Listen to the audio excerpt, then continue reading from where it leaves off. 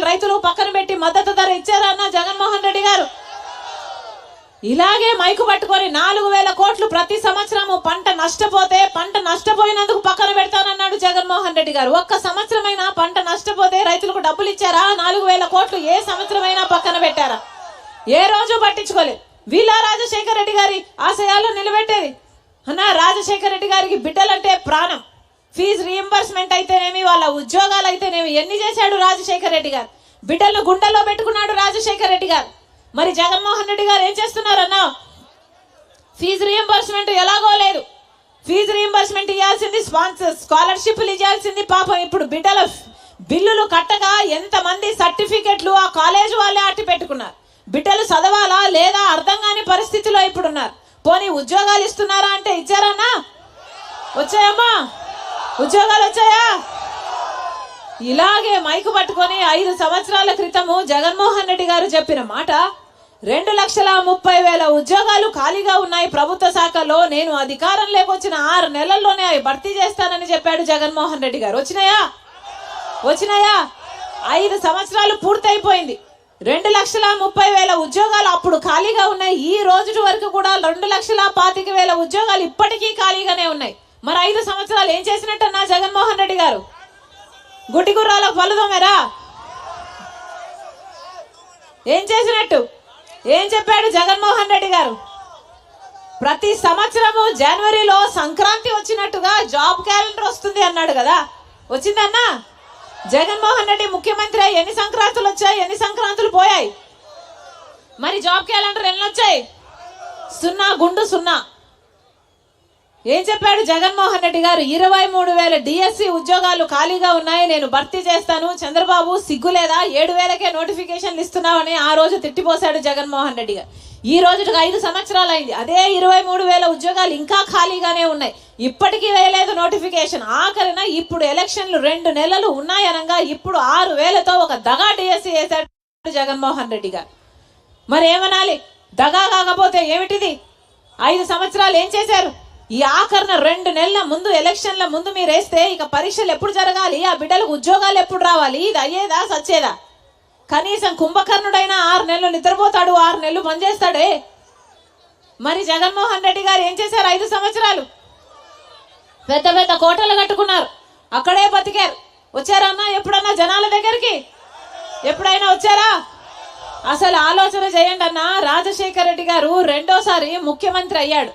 ముఖ్యమంత్రి అయిన 2 నెలలకు మళ్ళీ రచ్చబండకు వెళ్ళాలి, నేను నా ప్రజలకు అవసరాలున్నాయి, ఇల్లు లేని వారికి ఇల్లు ఇవ్వాలి, ఇంకా పెన్షన్లు రాని వాళ్ళకు పెన్షన్లు ఇవ్వాలి, ఫీజు రీఎంబర్స్మెంట్ ఇవ్వాలి, ఆరోగ్యశ్రీ ఇవ్వాలి, రైతులు ఎలా ఉన్నారో కనుక్కోవాలని ఎంత హడావుడి పడి 2 నెలలకే ఏం అవసరం ఉందన్న? అప్పుడే గెలిచాడు. ఏ అవసరం లేదు, మీరు ఓట్లు వేశారు, గెలిచాడు, ముఖ్యమంత్రి అయ్యాడు. అయినా కూడా 2 నెలలకే బయలుదేరి వెళ్ళి కదా చచ్చిపోయాడు రాజశేఖర రెడ్డి గారు. మరి అది కదా నాయకుడు అంటే? అలా కదా ఉండాలి నాయకుడు అంటే? మరి అంత ప్రజల మధ్య ఉన్న నాయకుడి కొడుకన్నా రాజశేఖర రెడ్డి గారు ఉన్నాడా? ఎప్పుడన్నా ప్రజల మధ్యకు వచ్చాడా? రాజశేఖర రెడ్డి గారు ప్రతిరోజు ప్రజా దర్బార్లో 1000 మందిని కలిశాడు రాజశేఖర రెడ్డి గారు. ఏ అవసరాలున్నా వాళ్ళకి అక్కడికక్కడి తీర్చేశాడు రాజశేఖర రెడ్డి గారు. ఇక్కడ కనీసం జగన్మోహన్ రెడ్డి గారికి మంత్రులకి ఎమ్మెల్యేలకి అపాయింట్మెంట్ లేకపోయింది, ఇక ప్రజలకు అపాయింట్మెంట్ ప్రజా దర్బార్లు ఎక్కడున్నాయన్నా? 5 సంవత్సరాలు ఉన్నాయా? వీళ్ళ రాజశేఖర రెడ్డి గారి ఆశయాలను నిలబెట్టేది. రాజశేఖర రెడ్డి గారు మాట తప్పని మడమ తిప్పని నాయకుడు. ఏదైనా మాట ఇచ్చాడంటే రాజశేఖర రెడ్డి గారు ప్రాణం పోయినా పర్వాలేదు కానీ మాట పోకూడదు. కానీ జగన్మోహన్ రెడ్డి గారు ఏం చేశారు? 5 సంవత్సరాల క్రితం ఇలాగే మైకు పట్టుకొని పూర్తి మద్యపాన నిషేధం చేస్తాను అని చెప్పలేదా జగన్మోహన్ రెడ్డి గారు? మద్యపాన నిషేధం చేయకపోతే నేను మళ్ళీ ఓట్లు అడగనని చెప్పలేదా జగన్మోహన్ రెడ్డి గారు? చేశాడమ్మా మద్యపాన నిషేధం? ఏం చెప్పాడు జగన్మోహన్ రెడ్డి గారు? నేను మేనిఫెస్టోలో పెడుతున్నాను మద్యపాన నిషేధము. మేనిఫెస్టో అంటే నాకు బైబిల్తో సమానము, ఖురాన్తో సమానము, భగవద్గీతతో సమానం అన్నాడే. మరి ఏమైందన్నా మద్యపాన నిషేధం? ఇదేనా మాట నిలబెట్టుకోవడం అంటే? పూర్తి మద్యపాన నిషేధం చేయలేదు కదా. ఈరోజు సర్కారే మద్యం అమ్ముతుంది. ప్రపంచంలో ఎక్కడా లేనివి ఇక్కడ అమ్ముతున్నారు.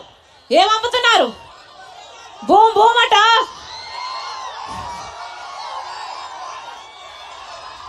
ప్రపంచంలో ఎక్కడా అమ్మడం లేదన్నా, ఇవి మనకే స్పెషల్. భూమట స్పెషల్ స్టేటస్ అట, క్యాపిటల్ అట, డిఎస్సి అట, ఎక్కడా లేవు ప్రపంచంలో. అయ్యా జగన్మోహన్ రెడ్డి గారు వాగ్దానాలన్నీ ఎక్కడ నిలబెట్టుకుంటున్నారు అయ్యా అంటే అదిగో మద్యం షాపులు అన్ని నిలబెట్టుకుంటున్నాను అన్నట్టుగా ఉంది. ఈ కల్తీ సరుకు, ఈ నాసిరకం మందు తాగి, ఈ కల్తీ సరుకు తాగి మన రాష్ట్రంలో 25% మంది ఎక్కువ ప్రజలు చచ్చిపోతున్నారు. గుండె, లివరు చెడిపోయి, కిడ్నీలు చెడిపోయి. మరి ఎవరైనా పట్టించుకుంటున్నారా? వాళ్ళు అమ్మిందే తాగాలి, వాళ్ళు ఎంత కమ్మితే అంతకే తాగాలి. ఇది ఎక్కడ విడ్డూరం? కనీసం డిజిటల్ పేమెంట్స్ కూడా లేవట కదా, ఓన్లీ క్యాష్ అట కదా. అంటే ఎంత అమ్ముతున్నారు అని లెక్క లేదు, స్టేట్ ట్యాక్స్ ఎంత పోతుందో లెక్క లేదు, సెంట్రల్ ట్యాక్స్ కి లెక్క లేదు, ఎక్సైజ్ డ్యూటీకి లెక్క లేదు, ఒక పాడు లేదు, ఒక పద్ధతి లేదు. దోపిడీ జరుగుతుందన్న, మాఫియా జరుగుతుంది. ఒక పక్క లిక్కర్ మాఫియా, ఇంకో పక్క ల్యాండ్ మాఫియా, ఒక పక్క శాండ్ మాఫియా. ఇవన్నీ సరిపోలేదన్నట్టు ఇప్పుడు హత్య రాజకీయాలు. సొంత చిన్నాననే హత్య చేసిన వాళ్ళను 5 సంవత్సరాలుగా కాపాడటమే కాకుండా మళ్ళా వాళ్ళకే టికెట్ ఇచ్చాడు జగన్మోహన్ రెడ్డి గారు. ఎక్కడ పోతున్నాయి రాజకీయాలు? ఇలాంటి వాళ్ళ రాజకీయాలు చేయాల్సింది, ఇలాంటి వాళ్ళకు అధికారాలు ఇవ్వాల్సింది. ఎప్పుడూ ప్రజల గురించి ఆలోచన చేయలేదు. ఇప్పుడు సిద్ధమని ఇప్పుడు బయలుదేరారు. 5 సంవత్సరాలు అయ్యాక ఎలక్షన్లు వచ్చాయి కాబట్టి ప్రజలను ప్రజలుగా చూడటం లేదన్నా, ఓట్లేసే యంత్రాలుగా చూస్తున్నారు. మీరు బటన్ నొక్కాలని అడుగుతున్నారు సభలు పెట్టి. సిద్ధమని బయలుదేరారు. దేనికి సిద్ధమన్నా? మళ్ళీ 8 లక్షల కోట్ల రూపాయలు అప్పు చేయడానికి సిద్ధమా? మళ్ళీ బీజేపీ పార్టీతో అక్రమ పొత్తు పెట్టుకోవడానికి సిద్ధమా? దేనికి సిద్ధం? మళ్ళీ బీజేపీ పార్టీకి మనకు ప్రత్యేక హోదా, మన పోలవరం ప్రాజెక్టు, మన రాజధాని అన్ని తాకట్టు పెట్టడానికి సిద్ధమా? మళ్ళీ పూర్తి మద్యపాన నిషేధం అని చెప్పి మోసం చేయడానికి సిద్ధమా? మళ్ళీ రైతులను ముంచడానికి సిద్ధమా? మళ్ళీ జాబ్ క్యాలెండర్ ప్రతి సంవత్సరం ఇస్తానని యువతను ముంచడానికి సిద్ధమా? 20 లక్షల ఇల్లులు కడతానని చెప్పి మళ్ళీ పేదలను ముంచడానికి సిద్ధమా? దేనికి సిద్ధమన్నా వీళ్ళు? మళ్ళీ మీ నెత్తిన కుచ్చుబో టోపీ పెట్టడానికి సిద్ధం. మళ్ళీ ఈసారి చెవులో పూలు కాదు క్యాబేజీలు పెట్టడానికి సిద్ధం. ఏమన్నా పెట్టించుకుంటారా? వీళ్ళకు బుద్ధి చెప్పడానికి సిద్ధం కండి. ఏమన్నా ఈసారి ఓట్లేసేటప్పుడు ఒక్కసారి ఆలోచన చేసి ఓటేయండి. ప్రజల కోసం ఆలోచించిన పార్టీకి ఓటేయండి. అన్నా ఈరోజు రాజశేఖర రెడ్డి బిడ్డ కాంగ్రెస్ పార్టీలో చేరింది అంటే ఎందుకు చేరిందన్నా? ఇక్కడ ఏదో పదవులు అనిపించడానికి, ముఖ్యమంత్రి అయిపోవడానికి చేరలేదు. కాంగ్రెస్ పార్టీలో చేరింది అంటే కేవలం ఒక కాంగ్రెస్ పార్టీ మాత్రమే 10 సంవత్సరాల ప్రత్యేక హోదా ఇస్తాము అని మేనిఫెస్టోలో పెట్టి రాహుల్ గాంధీ గారు స్వయంగా మాట ఇచ్చారు కాబట్టి ఆ మాటను పట్టుకొని వచ్చింది రాజశేఖర రెడ్డి బిడ్డ. రాజశేఖర రెడ్డి బిడ్డ ఇక్కడికి వచ్చిందంటే ఎందుకు వచ్చిందన్నా? కనీసం ప్రత్యేక హోదా అన్న ఊసే లేకుండా చేస్తున్నారు. ఒక పక్క చంద్రబాబు గారు, ఒక పక్క జగన్మోహన్ రెడ్డి గారు. కనీసం ప్రత్యేక హోదా గురించి కొట్లాడే వాళ్ళే లేకపోతే, ఒక పార్టీ లేకపోతే ఎలా కొట్లాడడానికి ఉండాలి, గొంతిప్పడానికి ఉండాలి, కొట్లాడడానికి మాట్లాడడానికి ఉండాలని రాజశేఖర రెడ్డి బిడ్డ వచ్చిందన్నా. నేను రాజశేఖర రెడ్డి బిడ్డను. పులి కడుపున పులే పుడుతుంది. నా గుండెలో నిజాయితీ ఉంది. నా పుట్టింటి ప్రజలకు మేలు చేయాలి అన్న తపన ఉంది.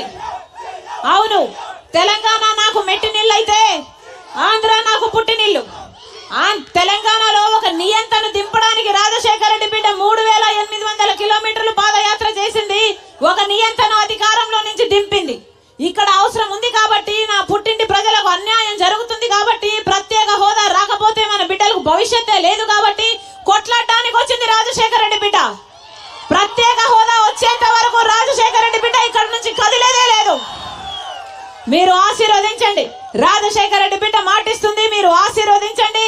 ప్రత్యేక హోదా ఒక్క కాంగ్రెస్ పార్టీతో మాత్రమే సాధ్యం. మీరు ఆశీర్వదించండి. రాజశేఖర రెడ్డి గారి సంక్షేమ పాలన, రాజశేఖర రెడ్డి బిడ్డ ప్రతి గడపకు, ప్రతి ఇంటి వరకు తీసుకొస్తుంది రాజశేఖర రెడ్డి బిడ్డ. మీరు ఆశీర్వదించండి. కాంగ్రెస్ పార్టీ అధికారంలోకి వచ్చినాక రైతులకు 2 లక్షల వరకు రుణమాఫీ చేస్తుంది కాంగ్రెస్ పార్టీ. మీరు ఆశీర్వదించండి. ఇంతమంది మహిళలు ఉన్నారు, డ్వాక్రా రుణాల మాఫీ చేస్తుంది కాంగ్రెస్ పార్టీ. మీరు ఆశీర్వదించండి. ప్రతి పేద ఇల్లు గడవడానికి, ఈ రోజు ఇల్లు గడవడం ఎంత కష్టమైందో ఈ మహిళలందరికీ తెలుసు. ఇంట్లో భర్తకు బిడ్డలకు అన్నం పెట్టుకోవడానికి ఎంత కష్టమైతుందో అందరికీ తెలుసు. గ్యాసు, డీజిల్, పెట్రోల్, చక్కెర, నూనె అన్ని పెరిగిపోయాయి. కరెంటు ఛార్జీలు 7 సార్లు పెరిగాయి. ఆర్టీసీ ఛార్జీలు 5 సార్లు పెరిగాయి. ఇలాంటి పేద కుటుంబాలు బ్రతకడానికి ప్రతి నెల కాంగ్రెస్ పార్టీ 8,333 రూపాయలు, అంటే సంవత్సరానికి 1,00,000 రూపాయలు, 5 సంవత్సరానికి 5 లక్షల రూపాయలు ప్రతి పేద కుటుంబానికి ఇస్తుంది కాంగ్రెస్ పార్టీ. మీరు ఆశీర్వదించండి. ఉపాధి హామీ కింద కనీస వేతనం ప్రతిరోజు 400 రూపాయలు చేస్తుంది కాంగ్రెస్ పార్టీ. మీరు ఆశీర్వదించండి. రైతులకు కొత్త మద్దతు ధర, పెట్టుబడి ఎంత అవుతుందో ఆ పెట్టుబడి మీద 50% లాభంతో కూడిన మద్దతు ధర ఇస్తుంది కాంగ్రెస్ పార్టీ. బిడ్డలకు ఉద్యోగాలు రావాలన్నా కాంగ్రెస్ పార్టీ రావాలి. మళ్ళీ ఇల్లులు, ఇందిరమ్మ ఇల్లులు కావాలన్నా కాంగ్రెస్ పార్టీ అధికారంలోకి రావాలి. ప్రత్యేక హోదా, పోలవరం, రాజధాని ఏది సాధ్యం చేసుకోవాలన్నా కాంగ్రెస్ పార్టీ అధికారంలోకి రావాలి. మరొకసారి రాజశేఖర రెడ్డి బిడ్డ మనస్ఫూర్తిగా కోరుతుంది, రాజశేఖర రెడ్డి గారి గుర్తు హస్తం గుర్తు. రాజశేఖర రెడ్డి గారి పార్టీ కాంగ్రెస్ పార్టీ. అలాంటి కాంగ్రెస్ పార్టీ నుంచి కిల్లి కృపారాణి అమ్మ ఎమ్మెల్యే అభ్యర్థిగా కాంగ్రెస్ పార్టీ నుంచి పోటీ చేస్తున్నారు. గొప్ప మెజారిటీతో గెలిపించండి. ఇది వరకు మీకు సేవ చేస్తుంది, ఇప్పుడు కూడా మీకు నమ్మకంగా సేవ చేస్తుంది. మీ గొంతైతుంది, మీ బలం అవుతుంది, మీ బంధుగా ఉంటుంది, మీకు అవైలబుల్ గా ఉంటుందని ప్రతి ఒక్కరికి మీ రాజశేఖర రెడ్డి బిడ్డ మనస్ఫూర్తిగా ప్రార్థిస్తుంది. అలాగే ఎంపీ అభ్యర్థి పరమేశ్వరన్న గారు గొప్ప మెజారిటీతో గెలిపించండి. అవసరమైతే మన ప్రత్యేక హోదా కోసం ఢిల్లీలో మాట్లాడతాడు, ఢిల్లీలో నిరాహార దీక్షలు చేస్తాడు, మన హక్కుల కోసం కొట్లాడతాడు. మీ మనిషిగా, మీ బంధువుగా, మీ బలంగా ఉంటాడు. మనస్ఫూర్తిగా ఆశీర్వదించాలని ప్రతి అన్నను, ప్రతి తమ్ముని, ప్రతి అక్కను, ప్రతి చెల్లిని మీ రాజశేఖర రెడ్డి బిడ్డ శిరస్సు వంచి చేతులు జోడించి మనస్ఫూర్తిగా ప్రార్థిస్తుంది. జోహార్ వైఎస్ఆర్, జోహార్ వైఎస్ఆర్, జోహార్ వైఎస్ఆర్. జై కాంగ్రెస్, జై కాంగ్రెస్. హస్తం గుర్తుకే, హస్తం గుర్తుకే, హస్తం గుర్తుకే. అభయ హస్తం అన్న రాజశేఖర రెడ్డి గారి గుర్తన్నా, చేయి గుర్తు. చేయి లేకపోతే ఏమీ లేదు. ఆశీర్వదించండి. హస్తం గుర్తు. అమ్మా గుర్తు ముఖ్యం, అమ్మా గుర్తు ముఖ్యం, అమ్మా గుర్తు. అన్న గుర్తు ముఖ్యం. అన్న ఆశీర్వదించండి, అన్న ఆశీర్వదించండి. మళ్ళీ రాజశేఖర రెడ్డి గారి సంక్షేమ పాలన సాధ్యం. ఆశీర్వదించండి.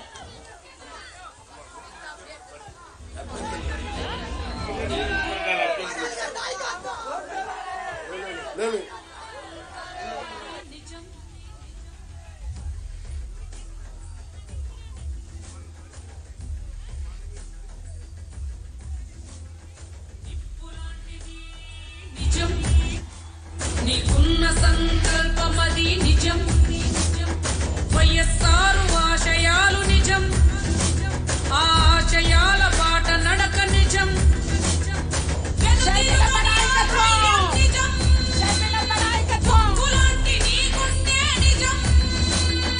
సంక్షేమ పరిపాలన నిజం, నీకేసే ప్రతి ఓటు నిజం, నిజమే అది తుది విజయం నిజం.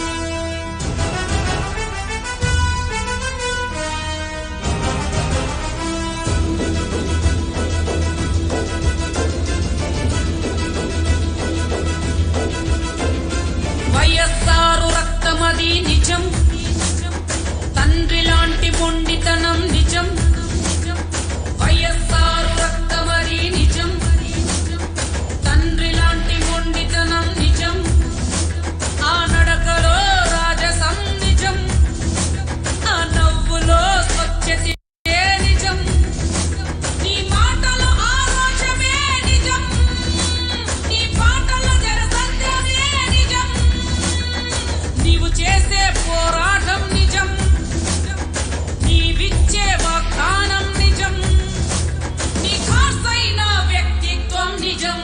నిజం నిజం షర్మిల, మన వెంటనే పూర్తి చేస్తాను అని షర్మిల. చెప్పిన జగన్మోహన్ రెడ్డి గారు మాట చెప్పి ఎన్ని సంవత్సరాలు అయింది? 5 సంవత్సరాలైంది. ఈ రోజు వరకైనా పూర్తయిందా? కనీసం తట్టెడు మట్టి ఎత్తిపోయలేదే. మరి ప్రాజెక్ట్ ఎలా పూర్తయిపోతుంది? ఏం చెప్పారు? ఇలాగే మైకు పట్టుకొని 5 సంవత్సరాల క్రితం జగన్మోహన్ రెడ్డి గారు చెప్పారు, వంశధార మోడర్నైజేషన్ చేస్తాను, ఫేజ్ 2 మోడర్నైజేషన్ చేస్తాను, ఆఖరి ఆయకట్ట వరకు, ఆఖరి ఎకరా వరకు నీళ్ళు ఇస్తానన్నారు. వచ్చినాయా అన్నా? ఒక్క చుక్క నీళ్ళైనా వచ్చాయా? మరి ఎందుకు వేయాలన్నా వీళ్ళకు ఓట్లు? ఆలోచన చేయండి. మనకు ప్రత్యేక హోదా మన బిడ్డల భవిష్యత్తు, మన బిడ్డల ఊపిరి. ప్రత్యేక హోదా వస్తే ఒక్కొక్క నియోజకవర్గానికి 50 నుంచి 100 కొత్త పరిశ్రమలు వస్తాయి. ఇంతమంది బిడ్డలు ఉన్నారు, ఉద్యోగాలు వస్తాయి, అభివృద్ధి జరుగుతుంది. కానీ 10 సంవత్సరాలు అయింది మన రాష్ట్రం ఏర్పడి. 5 సంవత్సరాలు చంద్రబాబు గారు ముఖ్యమంత్రిగా ఉన్నారు, 5 సంవత్సరాలు జగన్మోహన్ రెడ్డి గారు ముఖ్యమంత్రిగా ఉన్నారు. ముఖ్యమంత్రి హోదాల్లో ఉండి వీళ్ళు ఒక్క రోజైనా, ఒక్కసారైనా ప్రత్యేక హోదా కోసం ఒక్క నిజమైన ఉద్యమమైనా చేశారా?